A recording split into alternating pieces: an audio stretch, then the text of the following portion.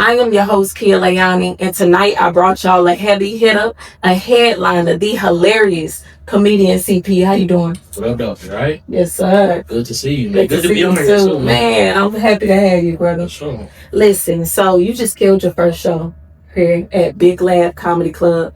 How was the crowd? And going into your second show, do you carry over that energy over to your second set? Because you got a second show tonight. Right. So I look at it like a second opportunity to do some more stuff, right? Like I got more than an hour of comedy, right? But I got to keep it confined. So my second show is always something that I like to, expand on. Anything that hit, I'm going to keep that. But then, it's all research. So I'm always tinkering and, like trying new stuff. That's like my job. I think that a lot of comedians go out there with a set list and that's it. And I don't think that's real comedy. Right. I think that's just memorization type shit. You know what I'm saying? So I like to be fresh with it, be new, and just fill it out. Fill the crowd up. Mm-hmm. I want to get a little into your business, just a little bit. Okay. For the people that do know you already as a headliner, as a staple in the industry, you know what I mean? And for the people that's coming on that don't know you and are new to this and new to who you are, how many years have you been doing comedy, and what is your favorite past memory this far in your career? I've been doing comedy for 16 years. Mm-hmm. I started June 30th, 2009. Wow. So, yeah, man, it's been a crazy ride. I tell everybody all the time, it's one of those jobs where you just got to start. I mean, you'll kind of figure it out as you go. Mm-hmm. So, a lot of people are so used to being at the top of their perspective field that it's hard to start over and be new. But it's the best thing that you can do is try something like this. It's so rewarding, man. I've had so many good memories. First time seeing myself on TV, right? First time seeing myself do comedy on TV, mm-hmm. right? With Def Jam on HBO. Mm-hmm. First time, getting a standing ovation, which is crazy because my very first show I got a standing ovation. Wow. Very first time I got a standing ovation. And so that kind of really got me addicted to that feeling. And that's what kind of drove me through. Let me ask you this before you continue. Okay. Your very first show, you got a standing ovation, right? I think it's hard to believe if this has happened because I've seen you rock out on the stage and you are a doll. You feel what I'm saying? Yeah. Have you ever been booed or ever had a bad night, bad cry? So you know what's crazy? My very first show, standing O. My very second show, bomb. And so at that very moment, I was able to understand the two polar opposites of this game. Mm-hmm. And I had a decision at that moment, is this what I really want to do? Because that shit hurt. To bomb on midnight hurt your feelings. I don't drink. And so what happened was, I went to the same spot I got the standing ovation in, and I had little fans. And they're like, we gotta buy you a drink. I don't drink. But I'm not finna turn to drink now from my first fans. Yeah. Man. The peer pressure is all it took was 2 Heinekens. I was fucked up. And I'm in there. And, I done brought my mama and all my cousins. Yeah. I'm like, I killed that shit, man. I got up there and couldn't remember no jokes. I'm not used to being drunk, so that wasn't my real mode to be in. It was horrible. My mom was like, you sure this is what you want to do? You know what I'm saying? Trying to talk into get a job in there. Okay. And so, yeah, man, I have had shows like that where, because what it is this. I take swings every time. Mm-hmm. Try something new every time. It's never going to be the same show you saw. And that takes kind of guts to do that because it's very easy to go out there and do what I know is going to work. Mm-hmm. But that gets boring to me. You know what I'm saying? Mm-hmm. It's like sex. You be with somebody for a long time, you just saying moves. Yeah, it worked. But it's boring. Right. You know what I'm saying? So for me, I've tried to change it up. Sometimes you switch up your moves in sex and you bombing during sex. You be like, oh, that wasn't it. Yeah. That ain't it. You know what I'm saying? So it's kind of like that, man. It doesn't happen a lot, thank God. I really have kind of perfected my frame of reference in the game, what I like to talk about and how I like to go about it. But it happens. Okay. Yeah. I can't believe that, but I understand it wasn't it was out of your control. Yeah. After a while. There you go. Okay. So what is your comedy style, and not what other people have told you your comedy style is, the opinions of other people, but what do you feel like your comedy style is? My comedy style is a nostalgic rhetoric, right? I like to key in on those moments in life that people forgot about. Like this new set is about cigarettes, and I think that it's just dope to really just talk about those moments in life that we all can remember. You know what I'm saying? Like coming up, growing up with cigarettes kind of playing a backdrop. That's just an example, but really I like to be unique and different. Never going to talk about any current events or who the president. I don't care about none of that. Right. Because if none of that happens, if Donald Trump don't do this, if Jimmy Kimmel don't do that, and if the gays don't do this, then I still got to do a show.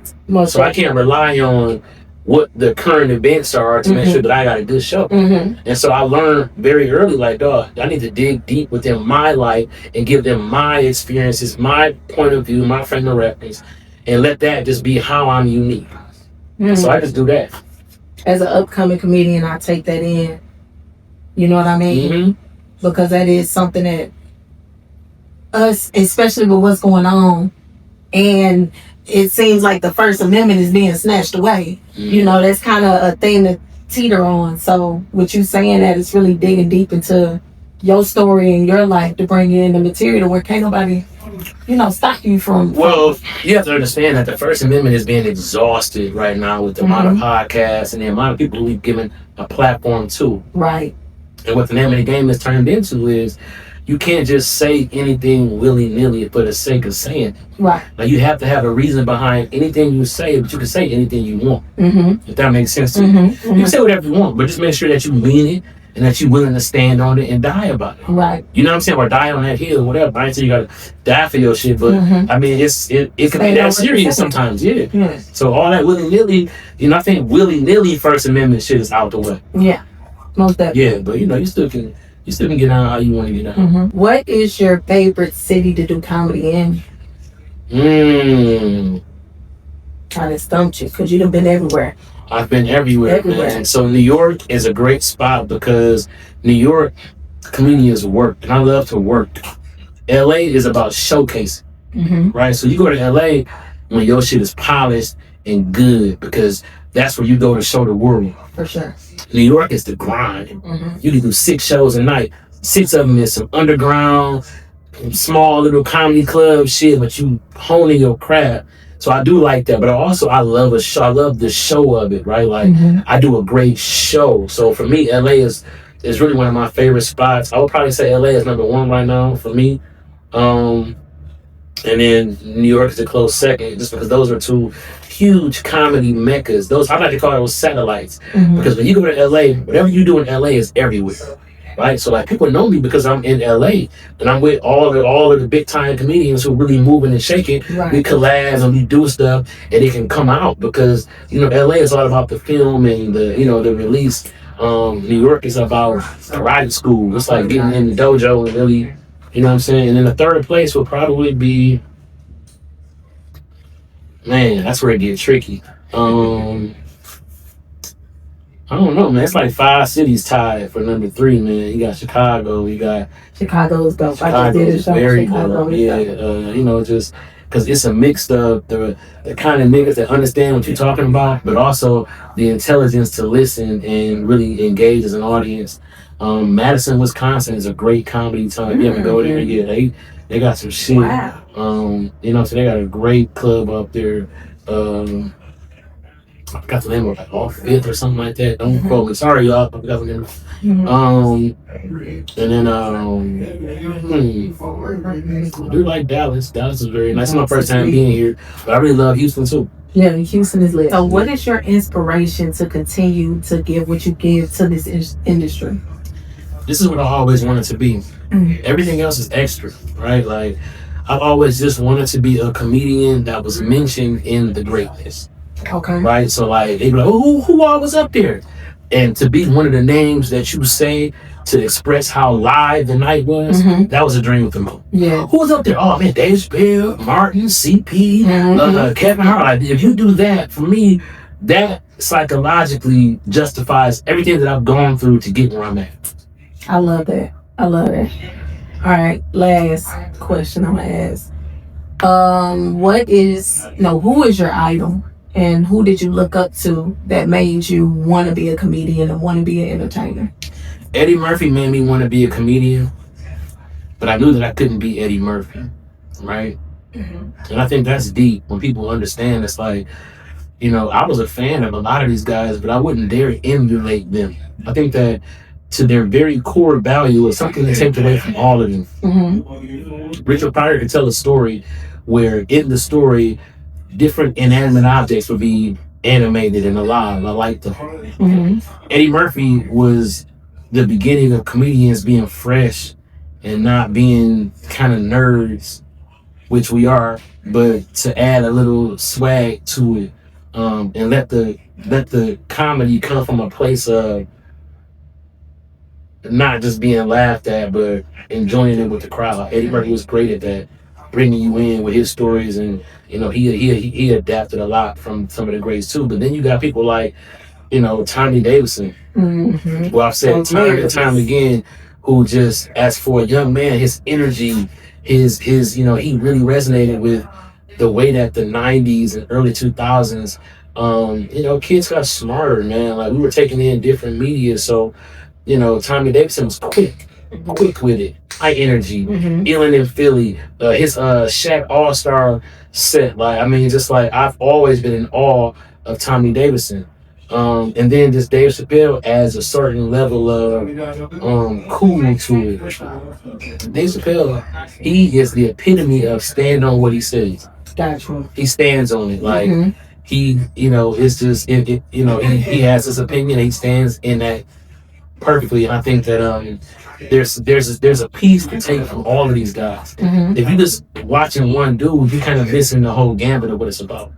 So yeah, those are my three, honestly: Richard, Eddie, and Tommy Davidson for me. And there's some greats. People like Patrice O'Neal. People like I even like. I'm a big fan of Corey Holcomb. That's my brother. But I really like. He has a fearless frame of reference. You might not like it, but his frame of reference is unwavering, and I think that's very special in a world where people are scared to say whatever they think. Robin Harris, he's a great roaster. I'm a very, very good roaster. Oh my God! I grew up watching Robin Harris and just really just being able to quickly recall what somebody looked like, what they act like, what they smell like, or whatever it is, and being different, being able to set it apart. My roasts come with a backstory and all this kind of shit that I'm creating on the spot. So that's dope. You brought up roasting. I know you from roasting. Oh my God. Listen, if I was on that show with y'all, CP, I have to peel me up off you, brother. We gonna fight. Like, y'all get two of them things off, and that'll be it. Y'all keep going. What y'all don't see, it get to y'all get. It get easy. I can see it. Yeah, because I'm already on that, and I'm watching. I'm like, man, you ain't got one setting yet. You know what I'm saying? But you are a dog on there. You feel what I'm saying? Yeah. Funny as hell, and also the hospital. Listen, I just heard that it is being brought to BET. Yeah, we just finished the season. No, it's already on BET. Come on. It's already on BET. We premiered last week, and it's a 4-episode limited series. So we did 2 episodes last week, 2 this week. And man, if you watch it on Instagram, it's funny. But if you see it on BET, the long extended cuts of everything, stop it. It's way funnier on BET. I promise. I gotta watch it because I've been the Instagram fan of the hospital and TikTok. I saw it on TikTok as well. But it's so hilarious. Man, you are stupid, bro. Thank you. It's all improv. It's all improv. Wow. So like, at least because that's what they hired me for. Kev was like, "Why don't you come and we're not gonna tell you what to say. We give you a scenario, turn the camera on, and watch what you do." Okay. And so that's just it came out like whoop-de-doo. Yeah. You know what I'm saying? Okay, it was a pleasure to talk to you, brother. Can you let everybody know what you got coming up? I know you said you got a comedy special out. Let them know where they can find that, any tour dates, whatever you got. Comedy special is on it's on Beeps, it's on Apple, it's on Amazon, it's on United Airlines, it's on Google Play. It's called Sunday After 6. I got another special I'm about to shoot in a couple of weeks. I got another one I'm shooting at the top of the year for a major streamer, and then I'm executive producing and starring in a show called DR from Detroit, season 2. That's hilarious. I've seen season 1. Yeah, so season 2 is coming. It's something so dope. Like, it's insane the stuff that we got coming up this season. And then I got a movie coming out at the first quarter next year. I can't even say who it's with because it's so big, man. It's dope. Congratulations. My first movie. Oh, that's dope. Yeah, man. So I'm excited, and just, you know, like, stuff is happening every day. I'm auditioning or reading scripts, or we looking at offers and contracts. So by the time y'all see this, it'll be something else. You know, but I'm just really enjoying the ride. I mean, I don't have any expectations. I've already met my dream is to be this. This is what I've always wanted to be as a young class clown, only child, going to school, just living for those laughs. So anything else that happens after I've already become comedian CP is just extra and a blessing. So yeah, man, I'm just, you know, wherever y'all see me at, I'm happy to motherfucking be there. I love that. Yeah. It was a pleasure to sit down and talk with you, brother. I want to give you your flowers while you can still smell them. Is it weed or what? No, I'm just playing. You still think. Give you your flowers while you can still smell them. You are fucking dope. Hilarious. Thank you. You feel what I'm saying? You are one of them ones. Thank you. If ain't nobody told you, I know somebody already told you. They be telling me that, man. They be like, no, I'm not. No, for real. Man, You're one of the ones, yo, and it's a pleasure. The first time I ever saw you was at the Arlington Improv 2 years ago. And I just bought tickets to a comedy show type, just spontaneous, right? And I'm in there, and you are the first person, besides some more, to ever have me crying laughing. I appreciate it. And slide down my chair. So I am not exactly. As a comedy fan, I make it a habit to go see people. Yes. And have them, like, I'm the silliest nigga. I'm gonna give you that laugh. Yeah. I'm the only nigga that I remember I saw Kevin Hart at the Improv, man. And, you know, a lot of comedians, I think people be a little jealous of Kev, honestly. And I don't like that. I think the nigga's excellent. I think he's always been funny. And I'm watching this nigga and I'm crying. Yeah. And niggas looking at me like, why you crying laughing? Because I love this shit. Yeah. The nigga had me dying, man. So yeah, I'm a huge fan of everybody. I can't wait to see your stuff. I saw you freestyling though. Man, you already, that's what I saw you freestyling though. Yeah, you I'm like, wait a minute. Wait a minute. Talking big shit. I'm like, wait a minute. Yeah, man. So, yo, that's my first love.